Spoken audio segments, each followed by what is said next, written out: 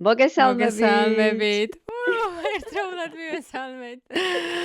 ეს არის გადაცემა ჩემოდანი, ვალაგებთ დღევანდელი დღის კი არა და ამ კვირის თემებს და მე ვარ თამარი გერმანიიდან.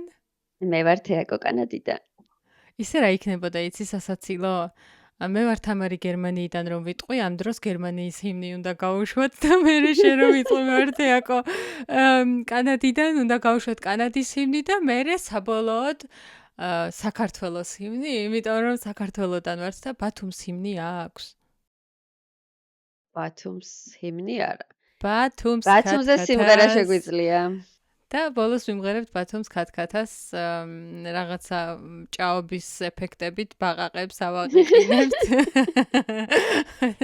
და ცოცხი ან ხაჭაპური ან რაღაცა რომელიმე გამყვედველი.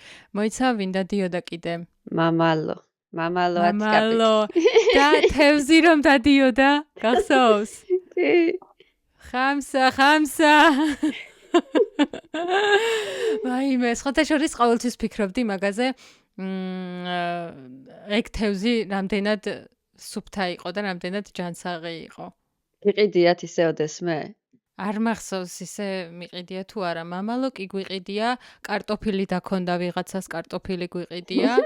თუ სწორად მახსოვს, ხილი დაქონდათ და ხილი გვიყიდია და რძის პროდუქტები.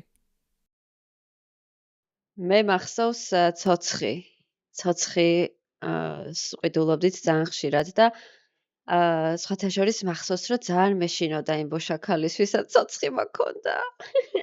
ხო, ისე რა საინტერესოა ბოშაქალის მოლოდინი მქონდა რომ შეიძლება გვეჭხუბოს მეთქი და ძალიან ისე ცოტა დისტანციურად ვიდექი. ვაიმე. ანუ ბოშების მიმართ ეგ სტერეოტიპი დღემდე არსებობს და ახლა იცი რა გამახსენდა, უნდა მეკითხა ყოველთვის ბოშებს რატომ დაქონდათ და ყიდნენ ცოცხებს მეთქი და შენს რეაქციაზე გამახსენდა ის ბოშების ოჯახში რომ მუშაობდი. ხო, მეც გამახსენდა სხვათა შორის ეგ. და მინდოდა მეთქვა. მოყევი. მოყვე. მოკლედ მე რომ დავიწყე ოჯახების დამხმარე სპეციალისტად მუშაობა, პირველი ჩემი ოჯახი იყო ყველაზე კრიტიკული ოჯახი, იმიტომ რომ არავინ არ იცოდა მათი ენა. უკრაინიდან იყო ეს ოჯახი, ყავდათ 11 ბავშვი, დედა, უმცროსი ქალიშვილი იყო 18 წლის და ამ ქალიშვილს ყავდა ერთი ბავშვი. არა, ორი ბავშვი ყავდა. ერთზე ორსულად იყო, აქ გააჩინა და ერთი ყავდა და ჯამში იყვნენ 11 ბავშვი ოჯახში. და ეს ჩემი გამოცდილება იყო, პირველივე გამოცდილება და პირველივე ოჯახი და რომ მითხრეს რომ ბოშების ოჯახში უნდა გაგიშვათო. ვაიმე, როგორ შემეშინდა, იმიტომ რომ ბათუმიდან მახსოვს ან შეფურთხება იცოდნენ, ან ფეხებზე ფეხებზე ჩამოკიდება და ყოველთვის ვხედავდი და მახსოვს ეს სტერეოტიპი არსებობდა და ამ სტერეოტიპით შევედი ამ ოჯახში. ვაიმე, აი სულ ყველაფერი ჩამომემსხრა, იმიტომ რომ ბავშვებსაც ისე შეუყვარდი, თვითონ ამ ქალს ისე დავუმეგობრდი, სხვათა შორის აღარ არიან აქეთ, მაგრამ დღემდე მწერენ, წავიდნენ და თუ კი ოდესმე მექნება იმის შესაძლებლობა, რომ უკრაინაში ჩავიდე და ჩავაკითხო, დიდი სიამოვნებით ვნახავდი რა გზას დაადგა ის ხალხი. ეს სხვათა შორის სახელიც მახსოვს იმ ქალის, ნუ ახლა კონფიდენციალურობის გამო ალბათ არ გავაჟღერებთ, მაგრამ მახსოვს რომ ძალიან კარგად მახსოვს ის მომენტები, თან ბევრ რაღაცას მიზიარებდი მაშინ და მაგ პროცესიდან და მახსოვს აი რაღაცა სიუჟეტებად მახსოვს გონებაში. ხო, ძალიან თავიდან ძალიან გადატვირთული ვიყავი, იმიტომ რომ ამ სფეროში ზოგადად გამოცდილებაც ხომ არ მქონდა და ისიც კი არ ვიცოდი რანაირად უნდა ანუ ჯერ ჩემი ტრიგერი წავიღე და ამ ტრიგერის გამკლავება დავიწყე იმ ოჯახში ყოფნის პროცესში და პარალელურად ეს ტრიგერი რომ რაღაცნაირად ჩამომეშალა. მერე იქ ოჯახში არსებული პრობლემები რომ ამ ოჯახის პრობლემებს უნდა გამკლავებოდი.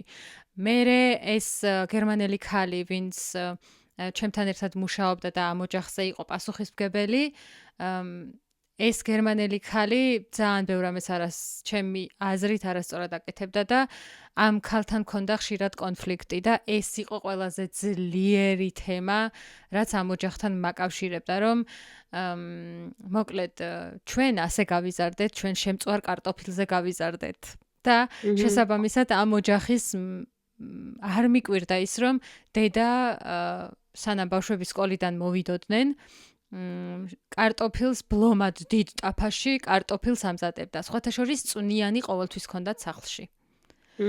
და ანუ ერთ პატარა ქვაფში წვნიანი იყო და კარტოფილი ძალიან უყვარდათ ბავშვებს. კარტოფილს აკეთებდა დედა ხახვთან ერთად, ანუ ხახვს ჭამდნენ არა კარტოფილში, არამედ ყველას პატარა ხახვი ქონდა თავისით და როგორც ვაშლს ისე ჭამდნენ. ვაუ. და პარალელურად რეცეპტორები გააქტიურდა. ხო. და პარალელურად არ ქონდათ, ანუ ჩვენ კაი ტყემალზე გაზრდილი საზოგადოება ვართ. ამათაც რაღაც соуსი ან ზოგჯერ კეჩუპი ქონდათ, ან რაღაც ქონდათ ყოველთვის. და დამატებით შეიძლება რომელიმე სტაფილო ეჭამას, შეიძლება რომელიმეს კიდე რაღაც პაპრიკას რა ქვია ქართულად, ბულგარული, ანუ თუ ვინმეს რამე მოუნდებოდა, ანუ ასე მთლიანად მიირთმევდნენ. და ეს იყო ამ გერმანელი ქალისთვის, ეს იყო უდიდესი პრობლემა, როგორ შეიძლება კარტოფილი ყოველდღე, ნუ კაი, კარტოფილი ყოველდღე, მართლა ყოველდღე არ ქონდათ, მაგრამ ის რომ ეს მიუღებელია და როგორ შეიძლება ჯანსაღად უნდა იკვებონო. მე კიდევ ფიქრობდი, ანუ ეს ქალი რას მეუბნება, რომ მე არასწორად გამზარდეს ჩემს ბავშვობაში, ის ბაღშიც კი შემწვარ კარტოფილზე, ჩხუბობდით ერთმანეთთან ბავშვები, აბა ვის მეტი მოუწევს და ვის ნაკლები მოუწევს. და სხვათა შორის აღარ ვეწინა, მე ბოლოს ვისწავლე, რომ აღარ უნდა შევწინააღმდეგებოდი, იმიტომ რომ კის ვეუბნებოდი და მე მაინც იმას ვაკეთებდი, რაც ჩემი აზრით სწორი იყო. ვაიმე, იმედია ამას არ გადადარგვის. ხო, თარგმნით უმეტეს ალბათ მისთვის ის იყო მნიშვნელოვანი, რომ ეს ოჯახი მორგებოდა იქაურ სისტემას, მაგრამ ხო, ოჯახში როგორც ხდება და ხშირ შემთხვევაში სოციალური ფონი ძალიან ბევრს ნიშნავს და ეს ტრადიციები და რანაირ გარემოში იყო თვითონ ეს დედაც გაზრდილი მანამდე და შესაბამისად რთულია რომ მოერგო ესე ისიერად ახალ წესებს და რაღაცა შეიცვალო შენი ცხოვრების წესი ოჯახში. ნუ შეიძლება გარეთ ეცადო იმას რომ მოერგო ახალ გარემოს და ასეც უნდა იყოს მე მგონი, მაგრამ ოჯახში მაინც რაღაცებს შენებურად აკეთებდა. ცოტა რთულია რომ ამ შიდა სისტემის შეცვლას გთხოვენ. ხო, და თან ვიღაც უცხო ვიღაც მოდის, რომელიც შენს ენაზეც კი არ საუბრობს და გეუბნება, რომ ეს რაღაც არასწორია. როცა შენ მოიცა რამდენი წლის იყო 40 წლის იყო მგონი, 39-40 წლის იყო დედა. რამდენი შვილი.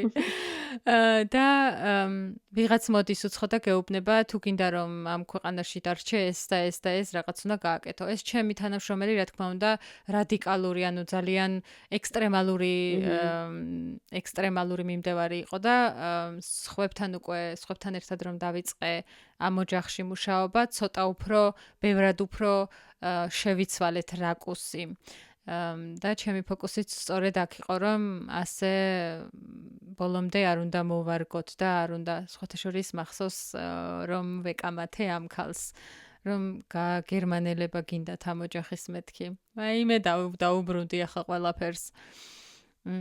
კი, სხვათა შორის კი ეგრე იყო და ბავშვებთანაც მახსოვს თუნდაც კომპიუტერული თამაშები ის რომ ვაიმე 12 წლიდან აკრძალულია, მით უმეტეს ბავშვი არაფერს ისეც არ თამაშობდა, რაც იარაღთან და კვლელობასთან იყო დაკავშირებული, არამედ რაღაც სტრატეგიული თამაში იყო, რაც 12 წლიდან იყო და რადგან 12 წელი ეწერა, თურმე 10 წლის არის და არ უნდა ითამაშოსო და ასეთ რაღაცეებზე რომ გართულებები იყო მოკლედ და საბოლოოდ რა ვიცი, მე სრულიად შემეცვალა ბოშების მიმართ სურათი, იმიტომ რომ თვით ოჯახში ვიყავი, რა თქმა უნდა, სისუფთავე, ჰიგიენა და რაღაცეები ჯობდა არ მენახა ჩემი თვალით, მაგრამ ყოველ შემთხვევაში იმის მერე ბათუმში რამდენჯერაც ჩამოვედი და ბოშა შემხვდა, ქუჩა არ შემიცვლია, რომ უცებ არ გამომეკიდოს ან არ შემაფურთხოს მეთქი. და ისე თურმე რამხელას ეგავლენა სახდენს არასასიამოვნო გამოცდილებები. და მე მაინც ხო რაღაცნაირად სტერეოტიპულად იქცევა და თითქოს ისეა, რომ შეიძლება პირადად არ გქონდეს გამოცდილი, თუნდაც ბოშებთან მიმართებაში პირადი შეხება შეიძლება არ ქონია, მაგრამ ეს უკვე სტერეოტიპად რო ყალიბდება საზოგადოებაში, რომ უნდა მოვერიდოთ და შესაბამისად წინასწარ რაღაცა თადარიგს იჭერო, სადმე არ გადაეყარო. ხო. და სწორედ ასე ვიყავი მეც განწყობილი და ბოლოს ისე მოხდა, რომ გავაცილე კიდეც. გახსოვს, მგონი ფოტოც გამოგიგზავნე. გავაცილე და უფროს ქალიშვილი, არა, უფროსი არ იყო ეგ, მეორე იყო, შეყვარებულს რომ დაემშვიდობა ცრემლებით და ტირილით და რა ვიცი, ყველაფრით. და ეს ოჯახი მოკლედ ბოლომდე გავყევი და გავაცილე და იქ რომ ჩავიდნენ იქედანაც დამირეკეს. სხვათაშორის ამის ესეც კი ამიკრძალა იმ ქალმა, მაგრამ მე ასეთ აკრძალვებს არ მივიღებდი, იმიტომ რომ კანონიერად მე ვიცი რისი უფლება მაქვს და ამ ქალის აკრძალვებს არ გავყოლი ვარ. რა მაგარი ვარ არა? მე ამბოხე. ხო. ასე იგი, საიდან სადაღმოჩნდით, დავიწყეთ მამალოდან ხამსა გავყიდეთ, მერე ცოცხები და ბოშებიდან გადმოვედით ჩემს გამოცდილებებზე, გადმოვინაცვლეთ. სხვათა შორის სხვა დროს მოგიყვებით კიდე მეორე ოჯახების ამბებსაც. არანაკლებს საინტერესო ისტორიებს. ხო, ერთი რაღაცა მინდა ვახსენო. ზოგადად საზოგადოების დამოკიდებულება რამდენად ცვლის რაღაცას, ანუ და ეს სტიგმა რამდენად რთულია და რთულად დასამუშავებელია და რთულად გადასალახია, თუნდაც პირადი გამოცდილებების არ ქონის მიუხედავად და ხო, მე მგონია, რომ თუ რაღაცა ჩვენ შევცვლის დამოკიდებულებას ამ ხალხის მიმართ, თითქოს რაღაცა შეიძლება იმათგანაც შეიცვალოს და ანუ არა აგრესიული გახდეს და უფრო რბილი გახდეს და უფრო რაღაცა კომუნიკაციაზე დამყოლი გახდეს. მაგრამ ეს კიდე ცალკე თემაა და ნუ იქ კიდე სხვა რაღაცებიც არის. მაგრამ საინტერესოა. სხვათა შორის ახლა დამაფიქრეთ ეაკო შენ, იცი რა, ამ ქალის მიდგომა ამ ოჯახის მიმართ, კონკრეტულად დედის მიმართ, ზუსტად იგივენაირი იყო, როგორც ჩვენი საზოგადოების საზოგადოების მიდგომა ბოშების მიმართ. ანუ ის რომ რაღაცას არასწორად აკეთებ, ეს არ შეიძლება, ეს არ უნდა გააკეთო, ანუ ნორმებში უნდა ჩაქსვათ, ნორმებში უნდა იყო მოქცეული, რათა იყო მიღებული. და სხვათა შორის ამ დედას ყოველთვის კონფლიქტი ჰქონდა და როგორც კი მივიდოდი ამ ოჯახში, ყოველდღე იქ ვიყავი, ყოველდღე 5 საათი ვიყავი იმ ოჯახში. და რანაირად 5 საათიდან პატარა დრო არ არის რა. და ყოველდღე ეს დედა ამ ქალს ლანძღავდა. რომ ჩემს ოჯახში და სხვათა შორის ვერაფერში ვერ გავამტყუნებდი. არაფერში არ ვამტყუნებდი და მაგრამ იმასაც კი ვერ ვეუბნებოდი, რომ იცი რა, მეც გეთანხმები, იმიტომ რომ მაინც ჩემი თანამშრომელი იყო და მთლად ასე ვერ უარყოფდი მის ავტორიტეტს, ვერ გავაუქმებდი მის თვალწინ, იმიტომ რომ საჭირო იყო ეს და ჩემი მიდგომა იყო უფრო, ჩემი და ჩემი ერთი თანამშრომლის მიდგომა იყო უფრო მეგობრული, ის რომ ჩვენ იმიტომ ვართ აქ, რომ გეხმარებით, ჩვენ ერთად ყველაფერს შევძლებთ და შესაბამისად უფრო მეტი ნდობა ქონდა ჩვენს მიმართ. უფრო რაღაცა ეს ჰუმანური მხრის გაძლიერება და ამ მხრივ დაკავშირება, უფრო სენსიტიური კუთხიდან დაკავშირება ბევრ რაღაცას ცვლის. კი, და ეხლა სხვანაირად დამაფიქრე შენ, აი, რეფლექტირების პროცესი ჩაირთო. თეაკო, შენ როგორ ხარ? აი, ამაზე ვსაუბრობდით ხალხო. ამას გულისხმობდით. კიდე ბევრ რამეზე. შენ როგორ ხარ? ამე საინტერესო ხომ არ გინდა გაგვიწია რომ შენი კვირიდან? რამე საინტერესო ხომ არ მომხდარა? ისეთი განსაკუთრებული არაფერი. უბრალოდ ემოციურ მხარეს რაც შეეხება, ემოციურ მდგომარეობას, აქ სხვათა შორის ძალიან პოპულარული, ძალიან ისეთია აქტუალურია ყოველთვის ამინდზე საუბარი, იმიტომ რომ ყველაფერი ამინდზეა დამოკიდებული და შესაბამისად ყოველ დღეს განსაზღვრავს ის თუ გარეთ რა ტემპერატურაა და რამდენადაც ბანალურად არ უნდა ჟღერდეს ამაზე საუბარი, აი ეს არის რა, ამას გვერს ვერაული აქვს. და ახლა გაზაფხულის ეტაპზე გადავდივართ და სხვათა შორის ჩემთვის ძალიან საინტერესოა ვაკვირდები საკუთარ თავს შარშანდელთან მიმართებაში ახლა რამე შეიცვალა თუ არა და ყოველთვის ერთი და იგივე ემოციურ განწყობაზე ვარ, როდესაც აქ სეზონი იცვლება და ცოტა თბება. და თითქოს რაღაცა იღვიძებს შენში, ახალი ენერგია იღვიძებს და ყველგან ეს დამოკიდებულება იგრძნობა, არა მხოლოდ ჩემში და მიუხედავად იმისა, რომ უკვე მეორეჯერ ხვდები აქ იმ მომენტს, რომ ზამთრის ეტაპიდან გამოვდივართ, ყველა ადამიანში არის იგივე განწყობა. და თითქოს აი აქ ყველაზე კარგად იგრძნობა ის, რომ ბუნებასთან ერთად ადამიანიც იღვიძებს. ემოციურადაც, ფიზიკურადაც, აი სახის გამომეტყველებითაც კი და ჩემთვის ძალიან საინტერესოა ამაზე დაკვირვება. და თუნდაც ის, რომ ქუჩაში უკვე ისმის ბავშვების ხმა. და აქ რო ჩამოვედი შარშან, ჩემთვის იყო მიუხედავად იმისა, რომ ტემპერატურა იყო დაბალი, ყველაზე გასაკვირი და რთულად შესაგუებელი ამბავი იყო ის, რომ გარეთ არ შეგხვდებოდა არც ბავშვი. შინაური ცხოველები ძალიან იშვიათად რო გამოიყვანოს ადამიანმა და გაასეირნოს და შესაბამისად ეს რაღაცა ყველანაირად სიცოცხლეს მოკლებული პერიოდია, ზამთრის პერიოდი და ახლა როცა თბება უკვე ჩიტების ხმაც ხომ გესმის და ამასთან ერთად პატარა ბავშვებიც ხმაც ისმის და რაღაცა სიცოცხლის მომასწავლებელია და თითქოს ყველაფერი ერთად იღვიძებს. და ძალიან სასიამოვნოა და საინტერესოა. თეაკო, იქნება რაღაცა აზრი დამებადა. იქნება ეგ ყველაფერი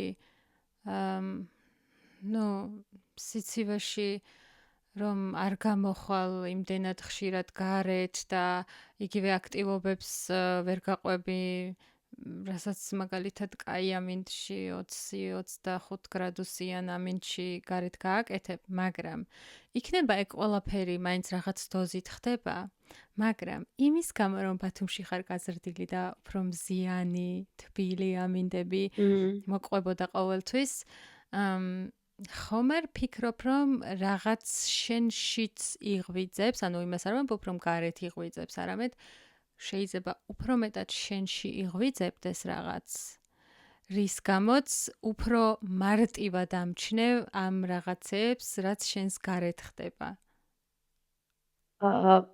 მაგაში ნაწილობრივ გეთანხმები, მაგრამ აი ფიზიკურად იგივე რაღაცების ფიზიკურად ზამთრის განმავლობაში აქ ვერ გაიგებ, რასაც აი აპრილიდან უკვე რომ იგებ რა, აი ფიზიკურად შეუძლებელია, რომ გარეთ ბავშვის ხმა გაიგონო.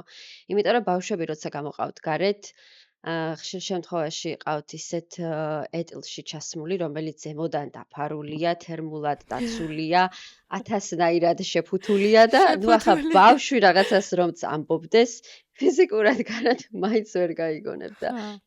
აა, ანუ იმაში გეთანხმები, რომ ჩემში რომ ხდება ეს რაღაცეები, მ, ეს კი გარდაუვალია და ამას მეც აღნიშნავ და ამას ვაკვირდები, ანუ ამას დაკვირვებაა ჩემთვის საინტერესო, იმიტომ რომ ბათუმში ყოფნის პერიოდში ზამთარიც ცოტა უფრო აქტიურია. აი, ჩვენ Mhm. არ გვაქვს ზამთრის განმავლობაში სისტემატურად თოვლი და ჩვენთან უმეტესად წვიმს და წვიმა მაინც უფრო ისეთი აი ხმაურიანია, თითქოს ხო. რაღაცა ენერგიას ავრცელებს მაინც ირგვლივ და შესაბამისად, ალბათ ბათუმში ყოფნის პერიოდში ჩემში მიმდინარე ცვლილებებს ესე სეზონურად ვერ ვაკვირდებოდი. Mhm. და აქ უფრო შესამჩნევია, რომ აი შინაგანად იღვიძებს რაღაცა და თითქოს უფრო მეტი ენერგია გაქვს, ვაიმე რა ხდება, რა მჭირს და ამ დროს კალენდარზე ხედავ, რომ უკვე თურმე გაზაფხულია. და ანუ თორე ისე არ გახსოვს. ხო, ეს განსხვავებები ძალიან შესამჩნევია და ჩვენთან თითქოს ამას უფრო რაღაცა ერთნაირია რა, ერთი და იგივეა თითქოს Mhm. გარეთ რაც ხდება და შესაბამისად მე შინაგანად შეიძლება პროცესები მიდის, მაგრამ ამას ვერ უკავშირებდე თუნდაც იმ კლიმატურ პროცესებს და აქ პირდაპირ კავშირშია ერთმანეთთან. და კი. ძალიან საინტერესოა და თუნდაც ის რომ აი ცოტა რომ დათბება უკვე გარეთ არის ისეთი ტერიტორიები, რომლებიც სადაც აღარ მოძრაობს მანქანა და ჩვეულებრივ ფეხით მოსიარულეებს შეუძლიათ კუჩის სამანქანო ნაწილზეც ჩვეულებრივ გადაადგილება და სეირნობა, ბევრი რაღაცა ეწყობა გარეთ, ვერანდები, აი თუნდაც რესტორნების გარე სივრცეები იხსნება და აი სიცოცხლე ჩქებს უკვე და რაც მთავარია ფერები გამოდის, ანუ ახლა მაინც ჯერ კიდე ყველაფერი ნაცრისფერია, თუმცა აი ეს იგრძნობა რაღაცა მიწა რომ ღვივდება, ჯერ მაგ პროცესში ვართ. რაღაცა დავბრუნდი, ანუ სექტემბერში, წინა წლის სექტემბერში ვიყავი თეაკოსთან მსმენელს გავზიარეთ. და რაღაცა დავბრუნდი იმ შეგრძნებებში დავბრუნდი ახლა ასე დეტალურად რომ ახსენი ყველაფერი. ის ქუჩა წარმოვიდგინე, ბოლოს რომ ვიყავით ტაქსი რომ გამოვიძახეთ და ველოდებოდით, ეგ ქუჩა წარმოვიდგინე, როგორი გაჩერებულია ყველაფერი და ამ ქუჩაზე მიდიხარ. ანუ და რა სასიამოვნოა რომ შემიძლია ამ ყველაფრის წარმოდგენა. ხო და აი წარმოიდგინე, მართლა ჩერდება ყველაფერი აქ. ანუ ტემპერატურას შეიძლება გავუმკლავდე თუნდაც იმით, რომ სწორად ჩაიცვა, იყო მომზადებული, თქვათ შენი ტრანსპორტი ყავდეს ზამთრისთვის მომზადებული, ესე რომ გადაადგილებაში ხელი არ შეგეშალოს. თან ახლა შენ კი იცი, რომ აქ საზოგადოებრივი ტრანსპორტიც ისე მუშაობს, რომ ზამთრის განმავლობაში არანაირი შეფერხება არ გექნება და ვერც კი შეიგრძნობ იმას, რომ ამხელა ყინვაში ცხოვრობ. გარდა ერთისა არის შეფერხებები, რომლებიც მაგაზე მე მგონი ცალკე ეპიზოდი გჭირდება.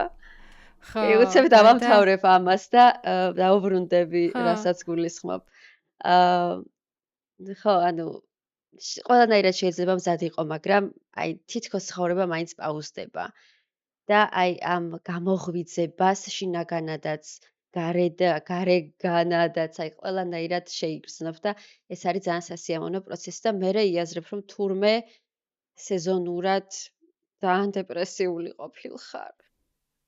და ეს იგრძნობა. და რაც შეეხება ამ დიდ შეფერხებას, კანადა ვინც აქ ყოფილა და თუნდაც მით უმეტეს ვისაც უმუშავია აქ, ყველა დამეთანხმება რომ კანადაში გაფიცვა არის აქაური საზოგადოებისთვის ყველაზე მოსალოდნელი და ძალიან დამახასიათებელი პროცესი. სხვათა შორის ეგ არ მიგულისხმია, მაგრამ კაია, იმიტომ რომ მაგ ყოფნის დროს კი მოვესწარი მეც მაგ გაფიცვას. მე სხვა რამ ვიგულისხმე. ხო, სხვა რამ ვიგულისხმე. შეფერხება არ არსებობსო რომ თქვი. გარდა ერთისა მეთქი, ერთის ვიგულისხმე, როდესაც ვიღაც რელსებში წვება და შეფერხება. ანუ ეგ ვიგულისხმე, რატომ ვიგულისხმე, რა მინდოდა? სხვათა შორის ეგ ძალიან ისეთია, ცოტა რთული თემაა, რთული. ემოციურადაც, იმიტომ რომ მე ძალიან გამიჭირდა ზოგადად ამასთან შეგუება და ამ გარემოში ცხოვრება, მიუხედავად იმისა, რომ ბევრი დადებითი და ბევრი რაღაც მოწესრიგებული აქვს და ცხოვრების ხარისხიც უფრო მაღალია, არსებობენ ისეთი ადამიანებიც, რომლებსაც არ აქვთ თავშესაფარი, ან თვითონ ამბობენ უარს სახელმწიფოსგან გამოყოფილ თავშესაფარზე, არიან სხვადასხვა მავნე ჩვევებზე დამოკიდებულები და ხშირ შემთხვევაში უმეტეს ნაწილს თავისი ცხოვრების ატარებენ გარეთ, ხშირად ჩერდებიან მეტროს სადგურებში, თუმცა ეს არ არის, ალბათ შენც დამეთანხმები, რომ მიუხედავად იმისა, რომ ბევრი ადამიანი შეიძლება შეგხვდეს, რომელიც გარეთ ცხოვრობს და აი დღიდან დღემდე ცდილობს, რომ თავი გაიტანოს, მიუხედავად ამისა, აი იმის განცდა არ გაქვს, რომ თითქოს დაუცველად ხარ და უსაფრთხოების შეგრძნება მაინც რაღაცნაირად გაქვს, იმიტომ რომ ეს ადამიანები სხვას არაფერს არ უშავებენ და ხო.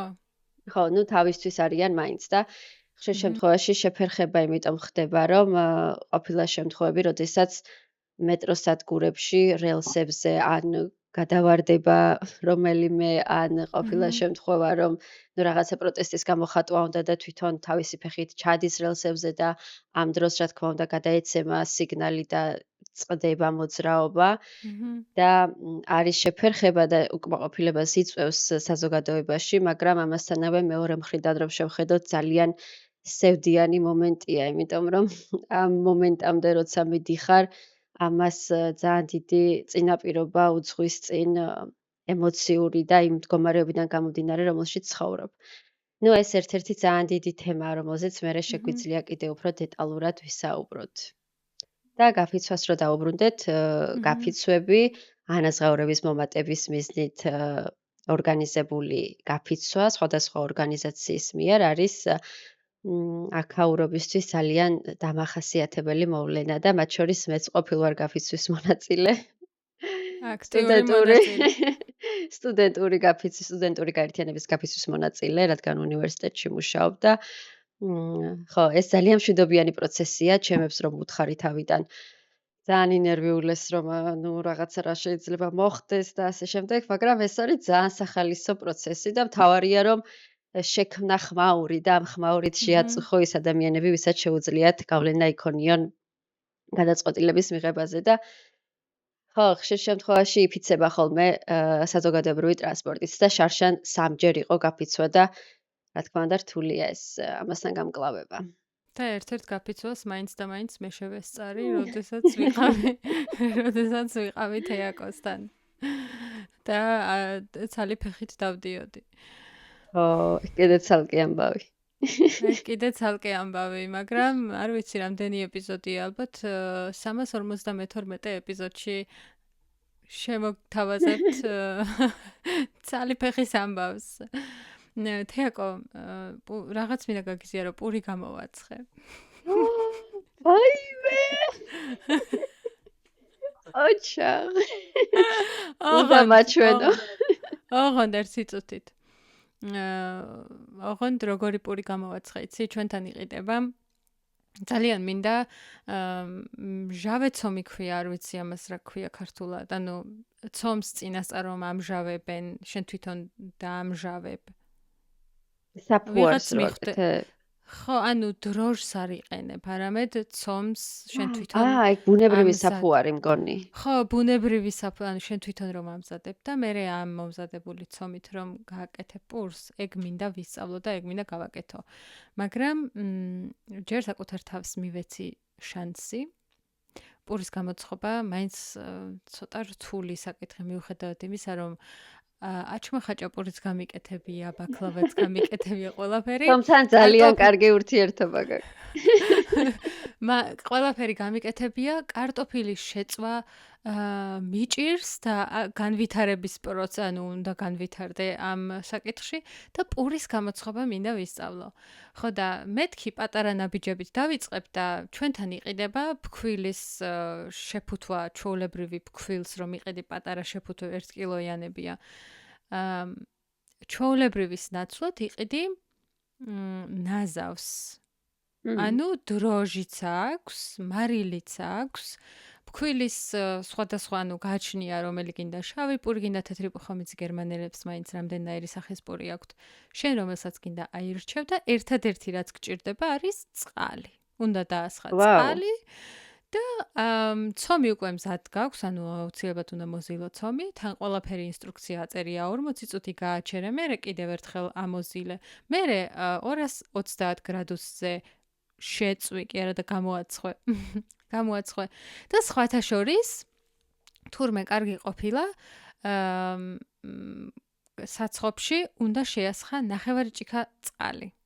იმიტომ რომ ეს ორთქლი ქვემოთ, ანუ ქვედა ნაწილში, საცხობის ქვედა ნაწილში უნდა შეასხა წყალი და ეს პური ხოზე ვიწდევს. მე არ გამიზიარო ესეთი რაღაც. არ გადაწვა. არა, საშიში არ არის, იმიტომ რომ ეს სიცხეში წყალს რომ შეასხამ, ეს ორთქლი ხომ წარმოიშვება და ამ ორთქლში წვება თურმე პური. და მე ეს ნაზავი ვიყიდე, ცალკე ფქვილი არ ვიყიდე, იმიტომ რომ მე მეტი არ გამომივიდეს, ან ნაკლები არ გამომივიდეს, მეთქი და ისეთი გემრიელი პური გამომივიდა, კიდე უნდა გამოვაცხო. ვამაყობ შენით. ხო და ბიზნეს იდეა. ნახე რა, კაი ბიზნესი. მადლობა რომ ამაყობ, მაგრამ მე მაინც ბიზნესზე ვარ ორიენტირებული.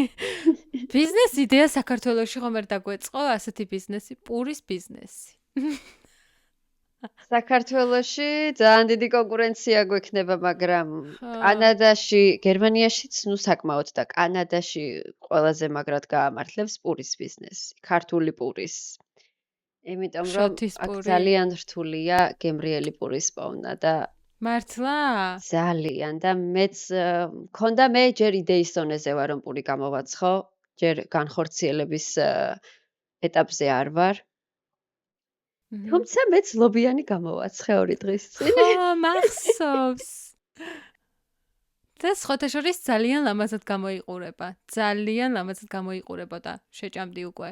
და იმდენად ლამაზად რომ ინსპირაციად გადაიქცა და მეც ვიფიქრე ხომ არ გამოვაცხო მეთქი სხვათა შორის ძალიან დიდი ხანი ამ რეცეპტი გამომიგზავნე აუცილებლად. თეაკო, წერილი გვაქვს. გავიგებია მის შესახებ. ხო, და წერილს გაგიზიარებ. მოდი წავიკითხავ, იმიტომ რომ ძალიან დიდი რომ არ გამოგვივიდეს ჩვენი ეს ეპიზოდი. დავიწყო? აბა გისმენ. გამარჯობა თეაკო, გამარჯობა თამრი.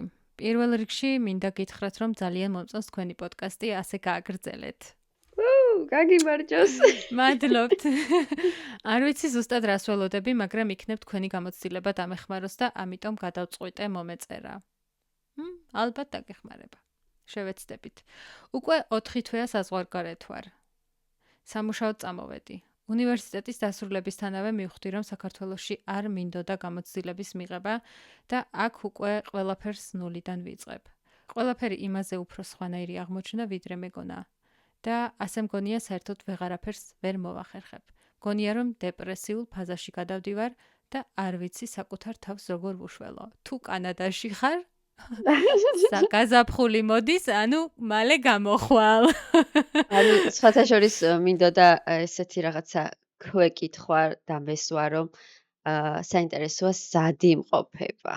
ხო, გეთქვა მაინც, ავტორო, გეთქვა მაინც რომ მე ქვეყანაში ხარ, იმიტომ რომ თუ გერმანიაში ხარ, რაღაც გერმანულებს. კაი, 1 წუთი.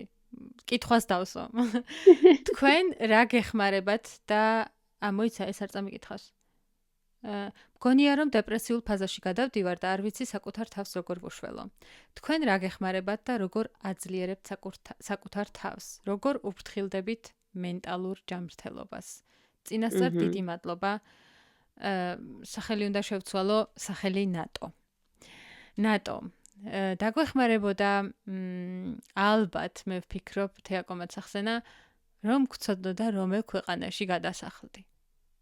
მოგცემდი გერმანულ რჩევებს, თეაკო მოგცემდა კანადურ რჩევებს, ხო და იქნებ ეგ დეპრესიული ფაზები, იქნებ მართლა ზამთართან იყო დაკავშირებული, მაგრამ მოდი, ვიფიქროთ რომ ზამთართან არ იყო კავშირში. ხო, ალბათ. ვინ დაიწყებს, დავიწყო? დაიწყო. მირცე თქვენ რა გეხმარებათ და როგორ აძლიერებთ საკუთარ თავსო, როგორ ეხმარები უფრთხილდებით მენტალურ ჯანმრთელობასო. მე ძალიან კარგად მესმის ზოგადად დეპრესიული ერთი საკმაოდ ღრმა დეპრესიული ფაზა მაქვს გამოვლილი. შიშები, შფოთვები და პანიკური შეტევების ჩათვლით. თან როგორი პანიკური შეტევები იცი? კვირაში ერთხელ ექიმთან რომ დავდიოდი, დღეს შეიძლება მოვკვდე მეთქი და ხვალ კარგად გრძნობდი თავს, მაგრამ ზეკ ისევ სიკვდილის შიში მაწუხებდა. სიკვდილის შიში ასე პირდაპირ არა, მაგრამ რომელიღაც ორგანო იმდენად ძლიერად ამტკივდებოდა, რომ უკვე ვფიქრობდი, რომ სულ რაღაც 2 წუთი მქონდა დარჩენილი და თუ ექიმთან ვერ მივასწრებდი მისვლას, შეიძლება ჩემი ბოლო წუთი ყოფილიყო. ნუ ახლა რომ ვფიქრობ, მეცინება არა და სასაცილო არ არის, იმიტომ რომ ძალიან ცუდ მდგომარეობაში ვიყავი. რამდენი ღამე ყოფილა საავადმყოფოში გამიტარებია, იმიტომ რომ კუჭი მტკიოდა. ღამის 3 საათზე, ღამის 2 საათზე, ღამის 5 საათზე და რასაკეთებდნენ ერთ რაღაც წამალს მომცემდნენ და უკვე კარგად ვიყავი. შეიძლება არც ყოფილიყო რამე სპეციფიკური და ხო და ანუ ეგ მინდა ვთქვა რომ არ იყო ჩემ შემთხვევაში არ იყო ფიზიკური პრობლემა არ იყო რაც კონკრეტულად იმ ორგანოსთან იყო დაკავშირებული თუნდაც ბრმა ნაწლავის ტკივილი მქონდა საშინელი ანუ ვფიქრობდი უკვე რომ всё უკვე ვკვდები ფეხსაც რომ ვეღარ ამოძრავებ მუცელი რომ მტკივ ანუ ყველა სიმპტომს რომ აკმაყოფილებ მაგრამ იგებ რომ ჯანმრთელი ხარ 100%-ით და ბოლოს დავადგინე რომ თურმე ეს ყველაფერი ფსიქიკურ აშლილობებთან იყო კავშირში და ის რომ სიყვარული მაკლდა რომ ვიღაცას შევემჩნიე და ვენახე და მე თვითონ აღარ შემეძლო უკვე საკუთარი თავის დანახვა და ამ ყველაფრით იმის თქმა მინდა რომ კარგად მესმის და მით უმეტეს, როდესაც საზღვარგარეთ ხარ და ეს დასაწყის ფაზაში ხარ, 4 თვე არ არის დიდი დრო, ამ დროს ძალიან ბევრი ისეთი რამ იჩენს თავს, რაც შეიძლება სახლში ყოფნისას ვერ გენახა, არ აღმოგეჩინა. ამიტომ სრულიად ნორმალურია, მაგრამ უკეთესი პერიოდიც დაიწყება. და ჩემს შემთხვევაში მე როგორ ვუფრთხილდები საკუთარ თავს, მე საკმაოდ დიდი ხანგრძლივი პერიოდი მუშაობდი საკუთარ თავზე, იმის გამო რომ გავძლიერებულიყავი და მე თვითონ მივსულიყავი იმ მდგომარეობამდე, რომ შემეძლო საკუთარი თავის დახმარება. და დღევანდელი ამ ჩემი გამოცდილებებით და დღევანდელი გადმოსახედიდან შემიძლია ვთქვა, რომ აუცილებელია გქონდეს კონტაქტები. არ არის აუცილებელი ძალიან ღრმა მეგობრები ყავდეს, უბრალოდ ადამიანები, რომლებთანაც სიამოვნებით საუბრობ, ყავაზე გადიხარ, ყავის დასალევად გადიხარ, ან შეიძლება სასეირნოდ გადიხარ, ან უბრალოდ ფოტოაპარატი, ტელეფონი, ყველა ტელეფონს აქვს დღეს აპარატი და ტელეფონებით რომ გახვიდეთ და ფოტოები გადაიღოთ, რა ვიცი, რაც გსიამოვნებთ ეს რომ აკეთოთ. თუნდაც კვირაში ერთხელ მაინც საკმარისია. ასევე ერთი რაიმე ჰობი. შეიძლება იყოს ცეკვა, ხატვა, მუსიკა, რა ვიცი, წიგნის კითხვა, სპორტის რომელიმე სახეობა, შეგიძლია მარტო აკეთო, შეგიძლია ჯგუფთან ერთად აკეთო.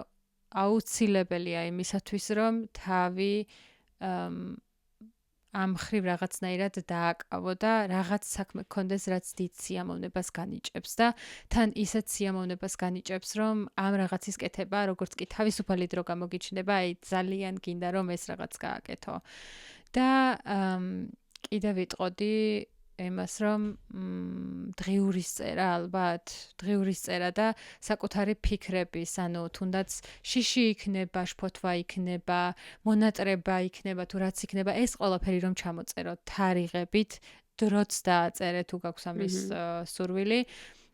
და თუნდაც 2 თვის მერე რომ გადახედავ შენს ნაწერებს, 2 თვის წინანდელ ნაწერებს, აღმოაჩენ რამდენად გაზრდილი ხარ. შენს ფიქრებშიც კი აღმოაჩენ რამდენად შეცვლილია შენი შინაგანი სამყარო თუნდაც ამ მოგზაურობის პროცესში და ეს ძალიან დიდ სტიმულს მოგცემს, რომ ესე იგი რაღაცეები იცვლება და რაღაცეები უკეთესად გამოგდის და რაღაცეებს უკვე შენ თვითონ ხედავ, რაც ყოველდღიურად ზოგჯერ გვავიწყდება და ჩვეულებრივი მოვლენა გგონია, რომ თუ მაგალითად დღეს დილით გავიღვიძე და ის მოვალეობები შევასრულე, რასაც ყოველდღიურად ვასრულებ, თითქოს ვალდებული ვარ რომ ვაკეთო, არა და ზოგჯერ არ ვართ ვალდებული რომ რაღაცეები ვაკეთოთ, უბრალოდ ვაკეთებთ იმიტომ რომ გვინდა რომ ვაკეთებდეთ და ამ რაღაცეებშიც რომ ვიზრდებით, ამის დანახვის უნარს გამოიმუშავებ და ეს ძალიან მნიშვნელოვანია ჩემი აზრით. ყოველ შემთხვევაში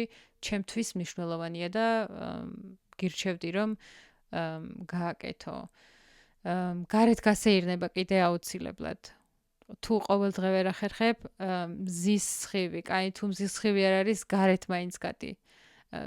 ცისფერს თუ ვერ ხედავ, რაღაცას მაინც დაიხედავ, სივრცეს მაინც დაიხედავ, დაინახავ და ეს ჰორიზონტი რომ იშლება, ეს უკვე მაინც რაღაცეებს გახსნის კიდე შენში და ესეც აუცილებელია. ბუნებასთან კავშირი თუ შეგიძლია ეგეც. კიდე აღარ მახსოვს, ალბათ გამახსენდება თეაკო შენ გააგრძელე. კი, ძალიან ისეთი რჩევები იყო. მეც შემიძლია გავაიგივო საკუთარი თავი და სრულიად გეთანხმები და რთულია კიდე რაღაცა დაამატო შენს მიდგომებს როგორ უმკლავდები.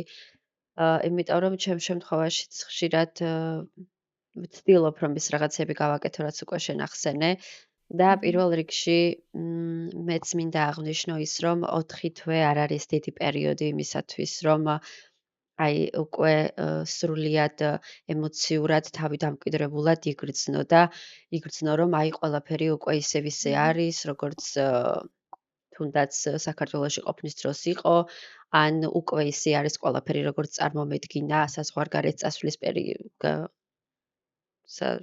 მოკლედ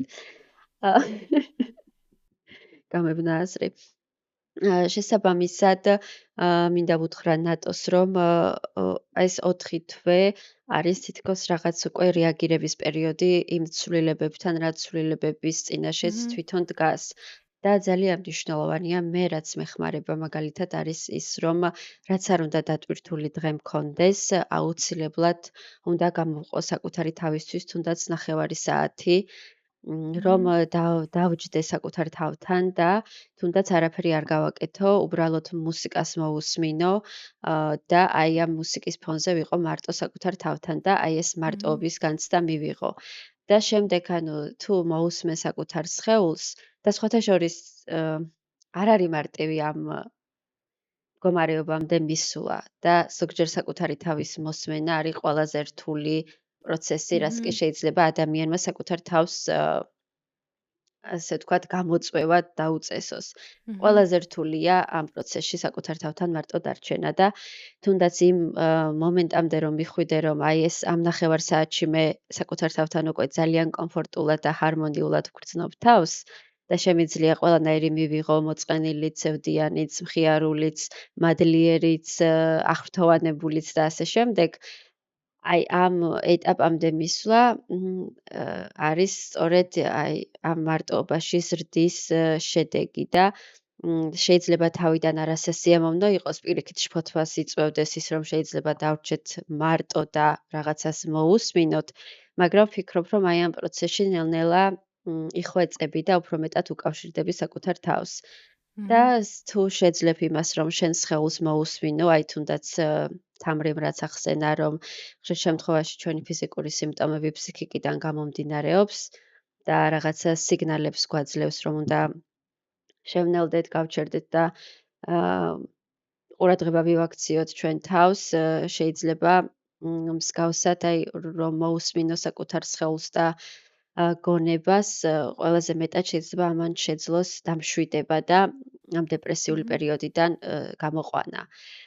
და რომ ვახსენეთ, მნიშვნელოვანია თუ ტერიტორიულადაც ხარ, ხშირ შემთხვევაში ჩრდილოეთის ქვეყნებს აქვს ძალიან დიდი ეს გამოწვევა, რომ აი ბუნებასთან კონტაქტი რომ წგინდოდეს, აი მაგალითად ბათუმში ზამთრის განმავლობაში ძალიან მარტივია ბუნებასთან კონტაქტი, იმიტომ რომ ბევრი მარადმწვანე მცენარეა ბათუმში და აი სიმწვანეს მაინც ხედავ. ან თუნდაც ის რომ მიწას ხედავ, თუნდაც წვიმდეს და სიცივე იყოს, ესეც ძალიან დიდი კონტაქტის გამაძლიერებელია და ჩრდილოეთის ქვეყნებში, სადაც ზამთარში ხშირ შემთხვევაში თოვლითაა ყველაფერი დაფარული, აი გარეთ რომც გამოხვიდეს სასეირნოდ, მაინც თითქოს ეძებ და რთულია რომ ბოლომდე დაუკავშირდე ბუნებას. კი და მიუხედავად ამისა, მაინც უნდა გამოხვიდე გარეთ და მაინც უნდა ისეირნო და საკუთარ თავს მაინც უნდა დააძალო მოძრაობა.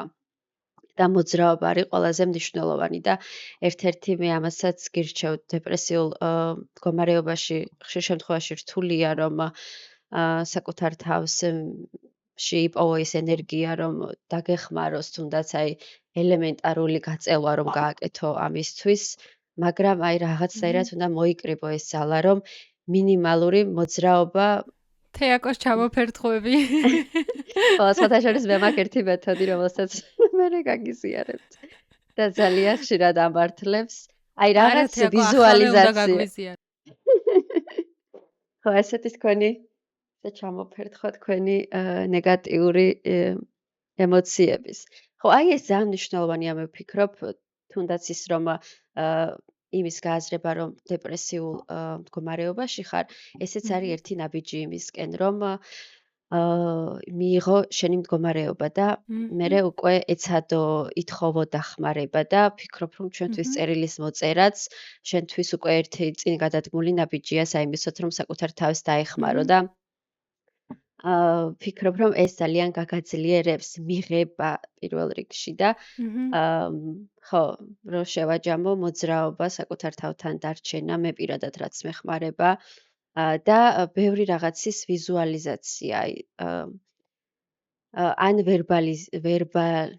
ვერბალურად სახელის დარქმევა რაღაცაზე ან ემოციაზე და აი ეს მაწუხებს და ამის თუნდაც ან ხმამაღლა თქმა, ან სარკისწინ თქმა, ან წერა ძალიან მნიშვნელოვანია რაც შენ ახსენე და მაგრად ეხმარება იმას რომ მე დაუბრუნდები თუნდაც ერთი თვის შემდეგ და ხედავ რომ აი ამ რთულ პერიოდში ეს ეტაპი გადავლახე, ანუ ახლა ამასაც გადავლახავ. ვაუ, მიხარია, იცი რატომ მიხარია? ამის მოსმენა. უნდა ვთქვა, იმიტომ რომ ვიცი ნატოსაც გავახარებთ. წლების წინ. გახლები რაც უნდა თქვა. წლების წინ. მოკლედ თეაკო რაღაც არ მახსოვს ზუსტად რა თემაზე საუბრობდით, მაგრამ თეაკოს რამდენჯერმე ვუთხარი რომ დაიწყე წერა. დაიწყე წერა მეთქი და მაძალებდა რომ წერა დამეწყო ხალხო. და რა თქმა უნდა, როდესაც ანუ ამ პროცესში ხარ და შენ ირგვლივ ბევრი რაღაც ხდება, შეიძლება ეს ერთ-ერთი წინააღმდეგობა იყოს ის, რომ წერის დროს ვერ გაუმკლავდე ამ ყველაფერს და არ ვიცი, საკმაოდ რამდენიმე თვე დაგჭირდა მაინც სანამ წერა დაიწყო და ახლა ამბობ ამას რომ თურმე წერა რა კარგია. მიხარია ესე. მადლობაში. ესე იგი. ანუ მე ვარ ზოგადად ის ადამიანი, ვისაც არ ყოფნიდან ნებისყოფ ამ მსგავსი რაღაცების მიმართ და ჩემთვის მაგალითად საკუთარ თავთან დარჩენა და თუნდაც ხმამაღლა ფიქრი უფრო მარტივი იყო ვიდრე წერა. და მე აი ერთი რაღაცა ეს ერთი მომენტი იყო და დავიწყე და მე ვეღარ ვჩერდებოდი საერთოდ, ანუ იმდენს წერდი. და ამ წერის დროს მნიშვნელოვანია ის არ წარმოვიდგინოთ, რომ ეს წერა უნდა იყოს აუცილებლად აკადემიურ გარემოში დავჯდები, ლამაზი კალიგრაფიით დავწერ, აქ განათებას ჩავირთავ. არა ხალხო, არა აქვს ამას მნიშვნელობა. შეიძლება თქვენ თვითონაც ვერ მოიკითხოთ საკუთარი ნაწერი, მაგრამ როცა წერ, ბევრი რაღაცა გამოდის და აი გონება თავისუფლდება და მადლობა შენ თამრი რომ ვერ წარმოიდგენ ახლა ბედიერებას გრძნობ. იმიტომ კი არა რომ მე გითხარი ეს და რაღაცა yes ჩემმა იდეამ გაამართლან რაღაც.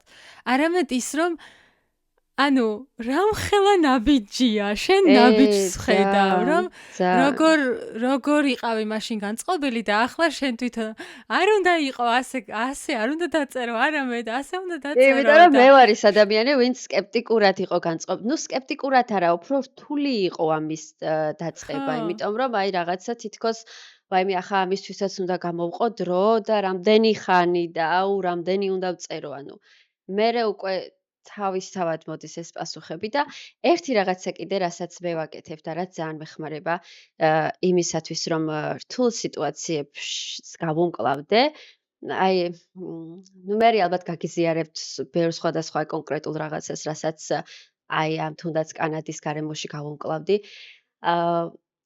როდესაც მაქვს რაღაც რთული პერიოდი, აუცილებლად ვიღებ ფოტოს და მე და თავრე სხვათა შორის ხშირად გაგვიზიარები ერთმანეთისთვის მსგავსი ფოტოები, მაგრამ მაქვს ისეთი, რომელიც არავისთვის არ გამიზიარებია და უბრალოდ აი საკუთარი თავისთვის გადამიღია ერთი სელფი და აი საერთოდ არ ვიცვლი მიმიკას, ანუ რა გამომეტყოლებაც მაქვს სახეზე, იმ გამომეტყოლებით ვიღებ ფოტოს და საკუთარ თავთან აი თითქოს მანიფესტირებას ვაკეთებ, რომ აი ამ მომენტს მე აუცილებლად გავუმკლავდები და რამდენიმე დღის მერე რომ ამ ფოტოს ვნახავ, მე აუცილებლად ვიქნები უკეთესად, ვიდრე დღეს ვარ.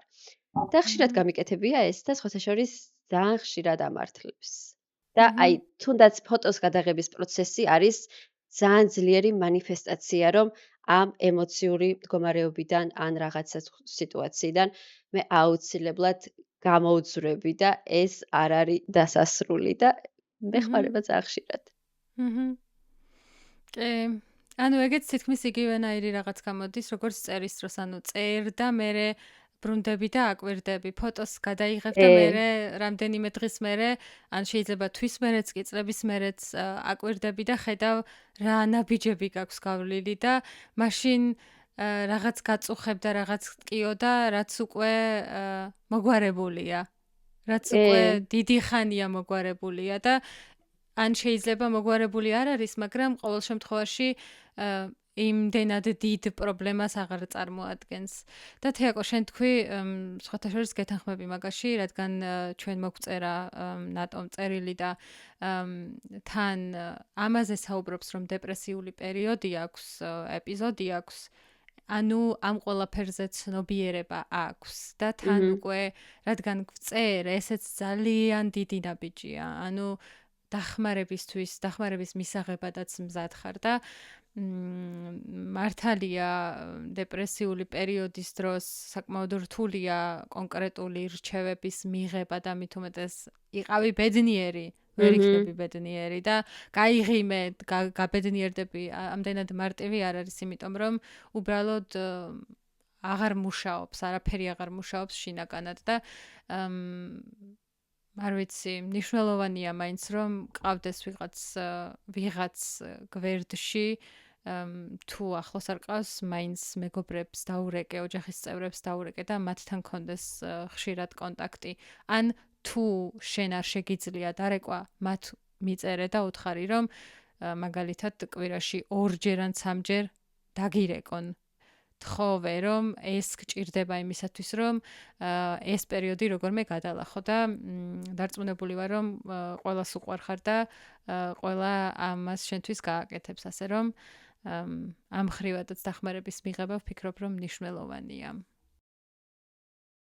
გეთანხმები სრულიად და ხო, უკვე ვახსენეთ, რომ ხშირ შემთხვევაში რთულია, რომ საკუთარ თავში ძალა მოიკრიბო, მაგრამ შეიძლება ერთბაშად ვერ მიხვიდე იმ მომენტამდე, რომ აი უკვე დღიურების წერა შემიძლია. ანუ ყველაზე პატარა ნაბიჯების, თუნდაც ერთი ფრაზის დაწერა, ან